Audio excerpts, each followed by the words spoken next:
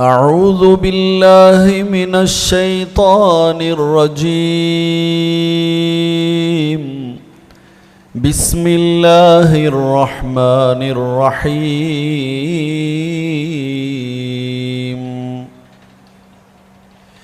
إن الذين يتلون كتاب الله وأقاموا الصلاة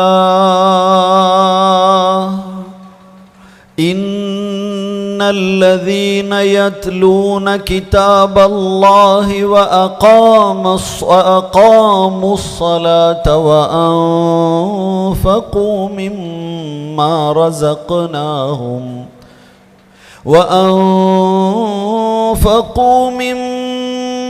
رزقناهم سرا وعلانية يرجون تجارة لن تبور.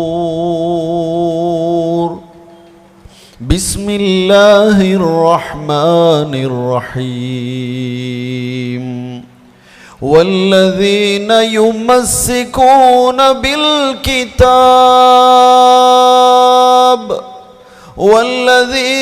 يمسكون بالكتاب وأقاموا الصلاة إنا لا نضيع أجر المصلحين.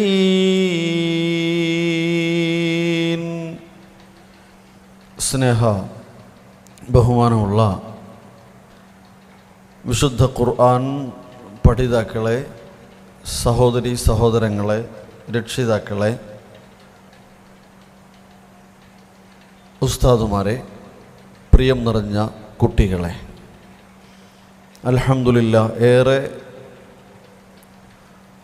സന്തോഷത്തോടെ പ്രതീക്ഷയോടെ ആണ് ഈ ഒരു ഹാളിൽ നിങ്ങളോടൊപ്പമായി ഞാനും ഇരിക്കുന്നത്.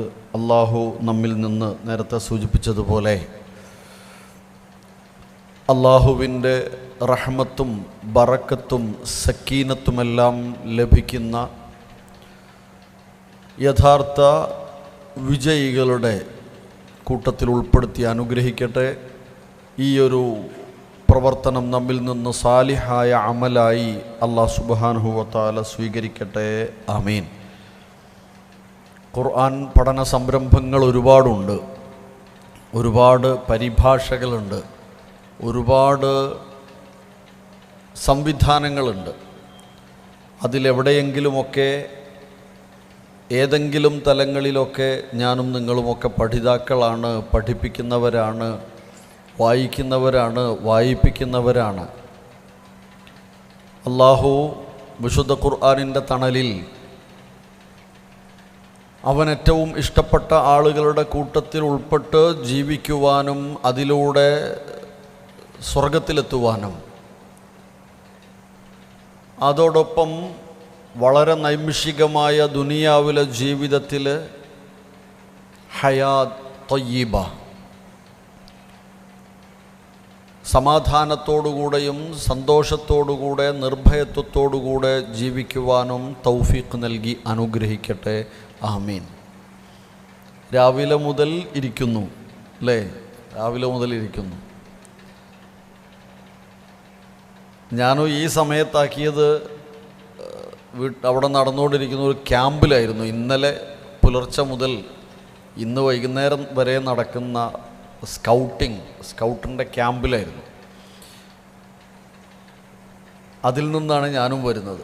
ഇപ്പോൾ ഏറെക്കുറെ നിങ്ങളെപ്പോലെ തന്നെ ടൈറ്റായിട്ടാണ് ഞാനും ഉള്ളത്. പക്ഷേ ഇന്ന് ഇവിടെ നമ്മൾ സംസാരിച്ചുകൊണ്ടിരുന്ന അതുപോലെ ഇനി സംസാരിക്കുന്ന കാര്യങ്ങളൊക്കെയും പ്രതീക്ഷ നൽകുന്ന വിഷയങ്ങളായതുകൊണ്ട് തന്നെ നമുക്കിതൊക്കെ ഒരു മധുരം തന്നെയാണ്. എത്ര കഷ്ടതകളും പ്രയാസങ്ങളും ബുദ്ധിമുട്ടുകളും ഒക്കെ നേരിടേണ്ടി വരുമ്പോഴും നമുക്ക് ഇതിനപ്പുറത്തൊരു ലോകത്തെക്കുറിച്ചുള്ള ചിന്തയുള്ളതുകൊണ്ട് ഇതൊക്കെ മധുരമായി അനുഭവിക്കും എന്നത് തീർച്ചയാണ്. അനുഭവിക്കണം. സഹോദരങ്ങളെ, നമ്മൾ ജീവിക്കുന്ന ഈ ജീവിതം എത്ര മനോഹരമാണ് എന്ന് കേൾക്കുമ്പോൾ നമ്മുടെ മനസ്സിൽ പുതിയ SIR-ഉം അതേപോലെ തന്നെ നേരത്തെ വച്ചിരുന്ന ഒരുപാട് നമ്മുടെ മുകളിലെ പ്രതിബന്ധങ്ങളും തടസ്സങ്ങളും ദുരിതങ്ങളും ഒക്കെ വരുന്നു. വ്യക്തിപരമായി ജീവിതത്തിലുള്ള ഒരുപാട് പ്രശ്നങ്ങൾ വേറെയുണ്ട്, സാമ്പത്തികമായ വിഷമങ്ങൾ വേറെയുണ്ട്, ആരോഗ്യപരമായ പ്രശ്നങ്ങൾ വേറെയുണ്ട്.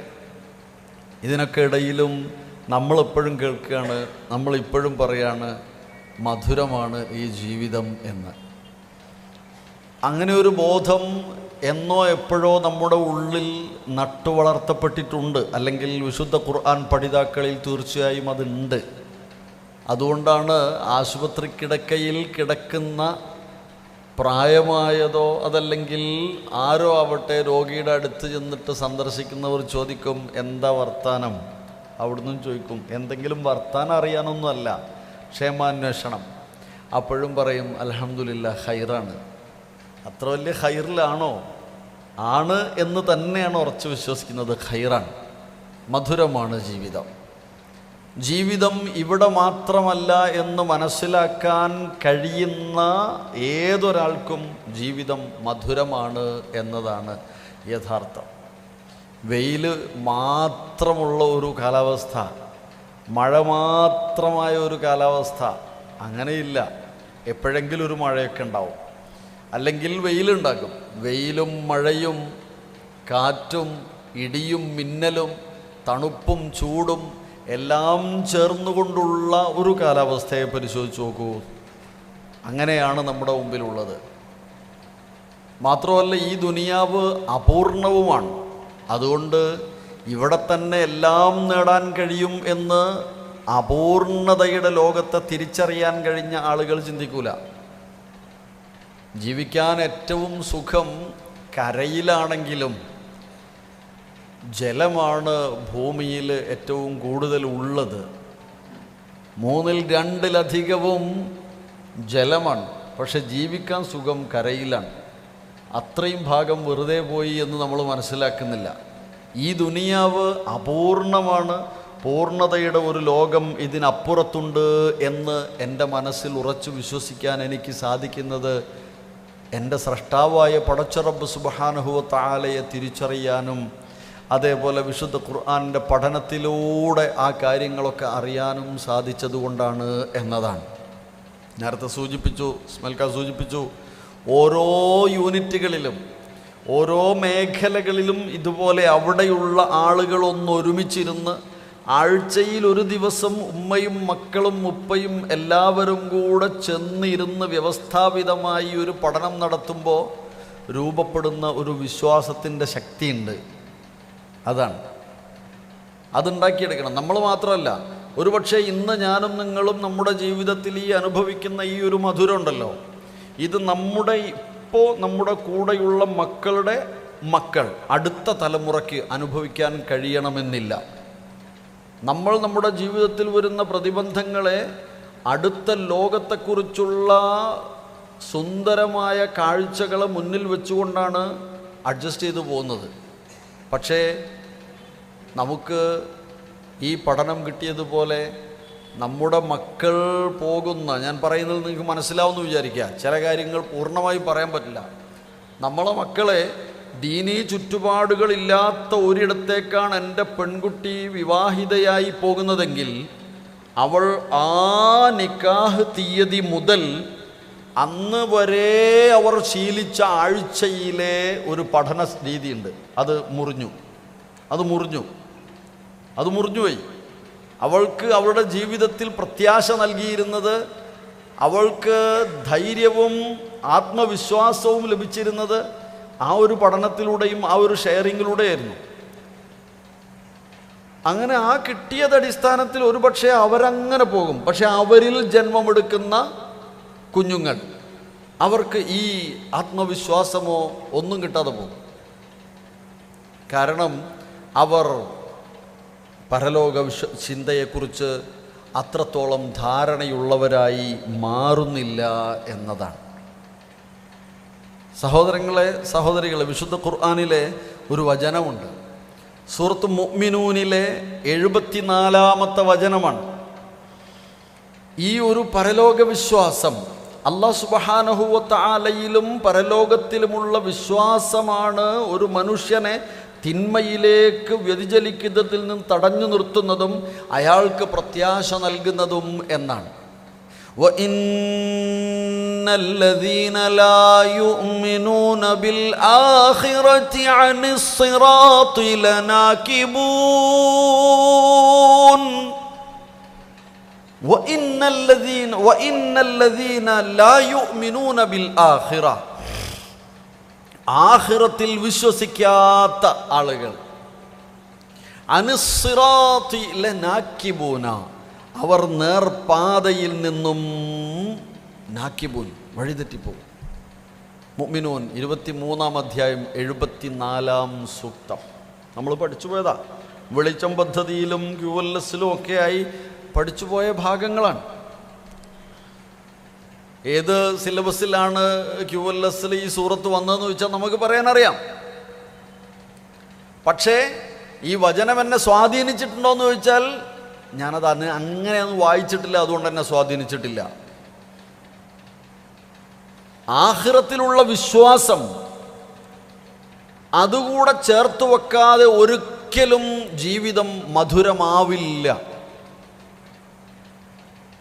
നമ്മൾ ഇന്ന് ജനിച്ച ആ ജനനം മുതൽ 1979 മുതൽ ഞാൻ ഇന്ന് വരെ ഇതല്ല, എൻ്റെ മരണം വരെ അവിടെയല്ല, അതിനപ്പുറത്തുള്ള വലിയ ഒരു ലോകമുണ്ട്, അനന്തമായ ലോകം. അതിനെയും കൂടെ ജീവിതം എന്ന് ചേർത്ത് വെച്ചാലേ ജീവിതം മധുരമാണ് എന്ന ചിന്ത ഉൾക്കൊള്ളാൻ കഴിയുള്ളൂ. ഇല്ലെങ്കിൽ എത്ര ആളുകളുണ്ട്, എന്തെല്ലാം പ്രയാസങ്ങൾ അനുഭവിക്കുന്ന എത്ര ആളുകളുണ്ട്. ഇപ്പം തള്ളപ്പെടുന്ന ആളുകൾ, നിങ്ങൾ ഇവിടെയുള്ള ആളല്ല എന്ന് പറഞ്ഞ് തള്ളപ്പെടുകയോ അതല്ലെങ്കിൽ കൊല്ലപ്പെടുകയോ ആട്ടി ഓടിക്കപ്പെടുകയോ ചെയ്യുന്ന മനുഷ്യന്, അയാൾക്ക് മരണത്തിനപ്പുറം ഒരു ജീവിതമുണ്ടെന്ന വിശ്വാസമില്ലാത്തയാളാണെങ്കിൽ, അത് മനസ്സിൽ ഉറച്ചിട്ടില്ലാത്ത ഒരാളാണെങ്കിൽ, മറ്റേ ആൾ അനുഭവിക്കുന്ന സന്തോഷമോ അല്ലെങ്കിൽ പ്രതീക്ഷയോ ഉണ്ടാവില്ല. ഭയപ്പാടുള്ളിൽ ആർക്കും വരാം. പക്ഷെ ഇതിനപ്പുറത്ത് എനിക്ക് കിട്ടാനുണ്ട് എന്ന ഒരു പ്രതീക്ഷ നഷ്ടപ്പെട്ടു പോകുന്നു.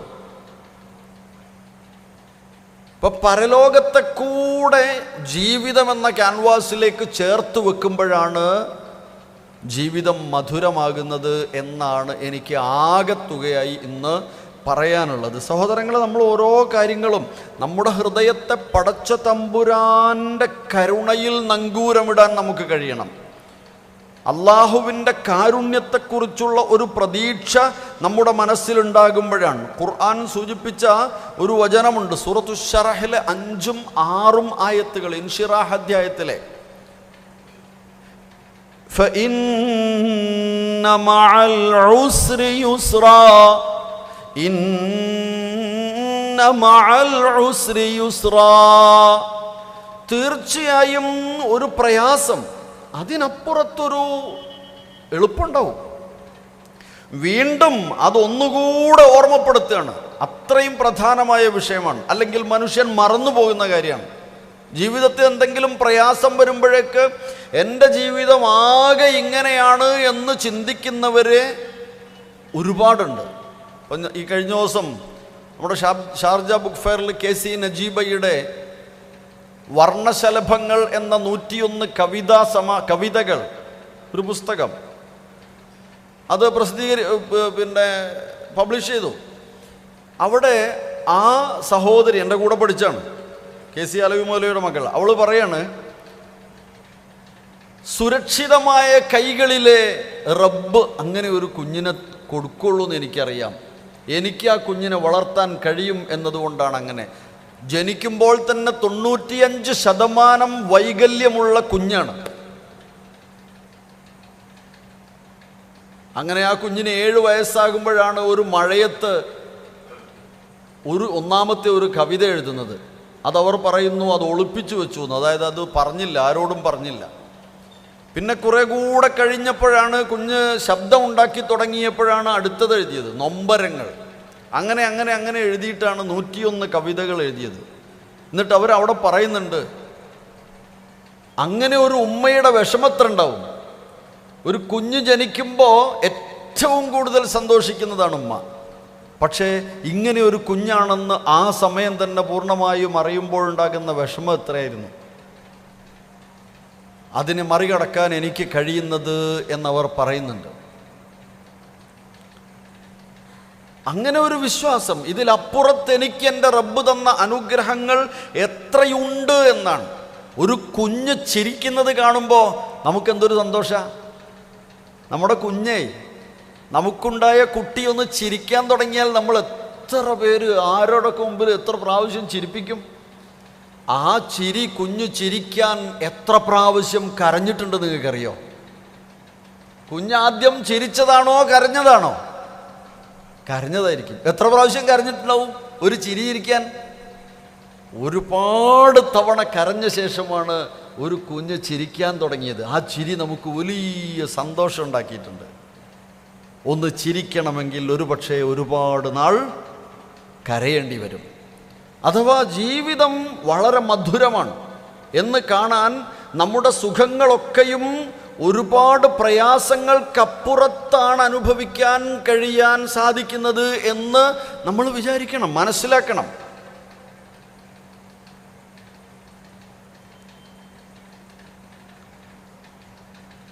فإن مع العسر يسرا إن مع العسر يسرا.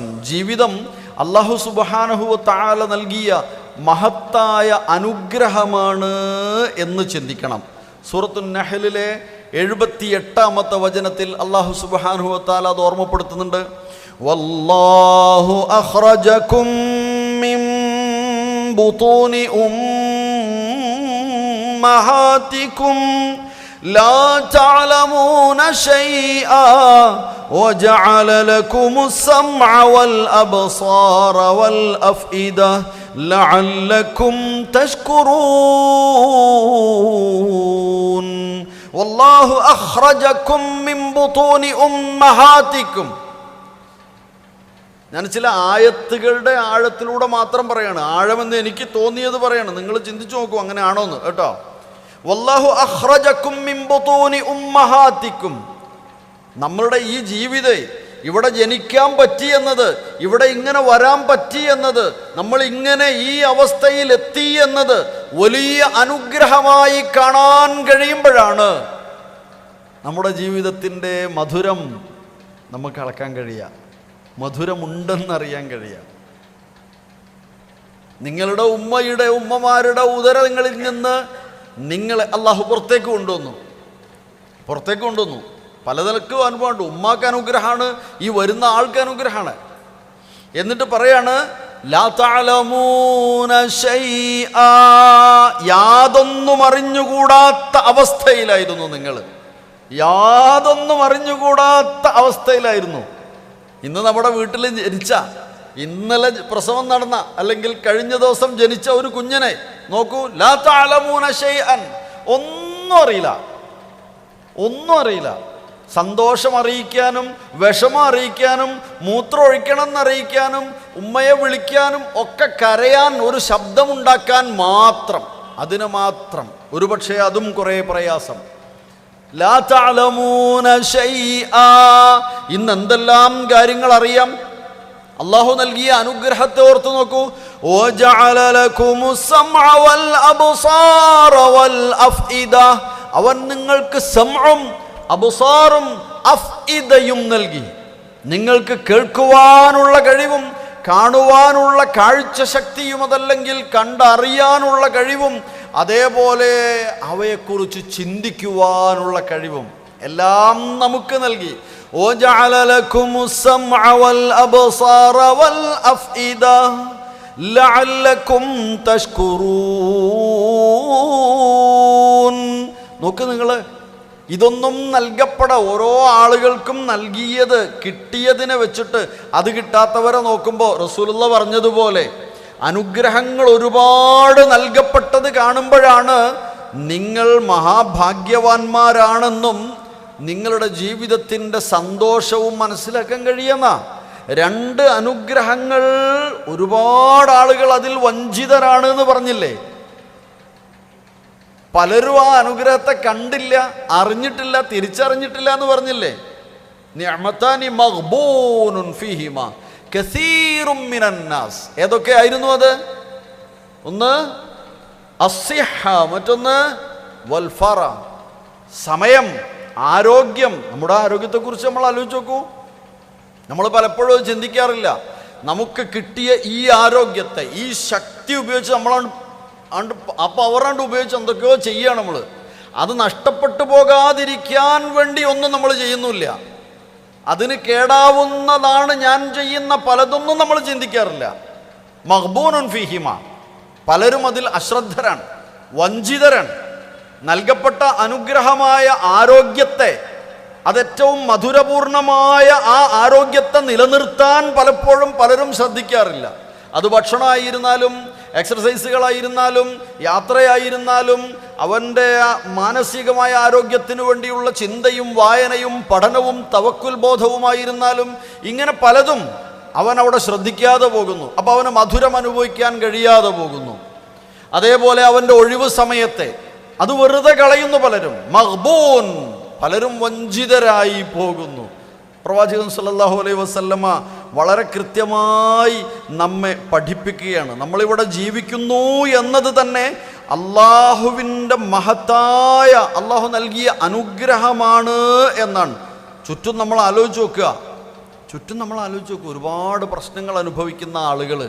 അങ്ങനെയാകുമ്പോൾ അവരെ വെച്ച് ഞാൻ എത്ര ഭാഗ്യവാനാണ്, എൻ്റെ ജീവിതം എത്ര മധുരമാണ്, അവർക്കതിൻ്റെ താഴെ നോക്കിയുണ്ടാവും. അങ്ങനെ എല്ലാവർക്കും ഉണ്ടാവും. ഒരുപാട് പരീക്ഷണങ്ങൾ അള്ളാഹു നൽകുന്നുണ്ട് പലരെയും. വലിയ പരീക്ഷണമാണ്. അള്ളാഹു രോഗബാധിതരായ ആളുകൾക്കൊക്കെ അവൻ ശിഫയും കശ്ഫും നൽകി അനുഗ്രഹിക്കട്ടെ. അങ്ങനെ ലഅല്ലക്കും തഷ്കുറൂൻ, നിങ്ങൾ അള്ളാഹുവിൽ ശുക്റുള്ളവരായി മാറണം എന്ന് പറയാം. ഒന്നുകൂടെ പറഞ്ഞാൽ കഠിനതകളിലെ മധുരം എന്ന് പറയാം. കഠിനതകളിലെ മധുരം. ഒരുപാട് പ്രയാസങ്ങളുണ്ട്. അതിനിടയിലെ മധുരത്തെ, ജീവിതം എപ്പോഴും മഞ്ഞുതുള്ളിയാവുകയില്ല. അതിൽ മിന്നലുണ്ട്, ഇടിയുണ്ട്, ചൂടുണ്ട്, തണുപ്പുണ്ട് എന്നൊക്കെ നമ്മൾ നേരത്തെ പറഞ്ഞു. ഒരു പുഴു, അതിന് ചിറകുകൾ കിട്ടുന്നത് വെറുതെ അല്ല. ഒരുപാട് കഷ്ടതയുടെ കടമ്പകൾ കടന്നിട്ടാണ് ഒരു പുഴുവിന് 2-4 ചിറകുകൾ വന്നിട്ട് അത് പറക്കാൻ തുടങ്ങിയത്. വെറുതെ ഒന്നുമല്ല. നമ്മളും നടക്കാൻ തുടങ്ങിയത് കുറേ വീണിട്ട് തന്നെയാണ്. വീണ ഇടത്ത് നിന്നാരും ഞാൻ ഇനി എണീക്കുന്നില്ല, 2-3 പ്രാവശ്യം വീണതാണെന്ന് പറയാറില്ല. കഷ്ടതകളിലൂടെ മാത്രമാണ് മധുരം അനുഭവിക്കാൻ കഴിയുന്നത്. അതുകൊണ്ട് തന്നെ കഠിനതയിലെ മധുരം എന്ന്. യൂസുഫ് നബി അലൈഹിസ്സലാമിൻ്റെ ജീവിതത്തിൻ്റെ മധുരം എവിടെയാ തിരിച്ചറിയാൻ പറ്റിയത്? എന്തെല്ലാം പ്രതിസന്ധികളും പ്രതിബന്ധങ്ങളും പ്രയാസങ്ങളും നേരിടേണ്ടി വന്നു, ഉപദ്രവങ്ങൾ ഏൽക്കേണ്ടി വന്നു. സ്വന്തം കുടുംബത്തിൽ നിന്ന് തന്നെ, നാട്ടിൽ നിന്ന് തന്നെ, സ്ത്രീ സമൂഹത്തിൽ നിന്ന്, ഏതെല്ലാം തലത്തിൽ മാനസികമായി പോലും പീഡിപ്പിക്കപ്പെട്ട അവസ്ഥയിൽ നിന്ന് യൂസുഫ് നബി പറയുന്നില്ലേ, അല്ലാഹു ഞാൻ എന്നെ എല്ലാ ഉറ്റവരും ഉപേക്ഷിച്ചിടത്ത് നിന്ന് എന്നെ രക്ഷിച്ചത് പടച്ചു തമ്പുരാനാണ്. ഇല്ലാമ റഹിമ റബ്ബി എന്ന് പറയുന്നത് എൻ്റെ റബ്ബിൻ്റെ റഹ്മത്താണ് എന്ന് പറയുന്നുണ്ട്. റബ്ബിൻ്റെ റഹ്മത്താണ് പറയുന്നത്.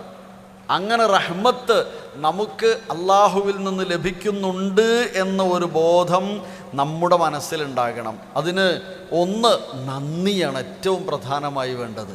നന്ദിയുള്ളവരാകണം. നന്ദിയും തൃപ്തിയുമാണ് മധുരത്തിൻ്റെ അടിത്തറ.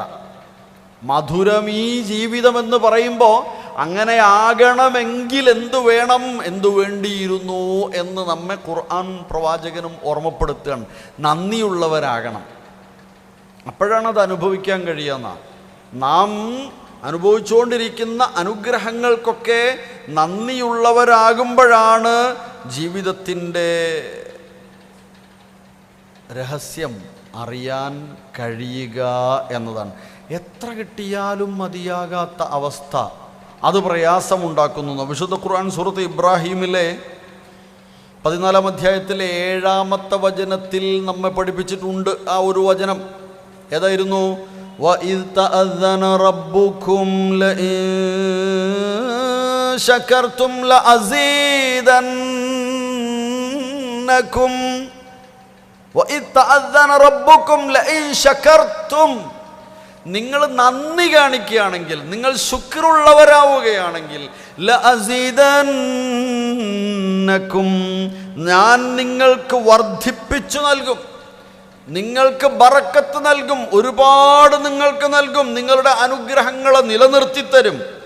വലഇൻ കഫർതും ഇന്ന അദാബി ലശദീദ്. എന്നാൽ നന്ദി കാണിക്കുന്നില്ലെങ്കിൽ കുഫ്ർ കാണിക്കുന്നു എന്നർത്ഥം.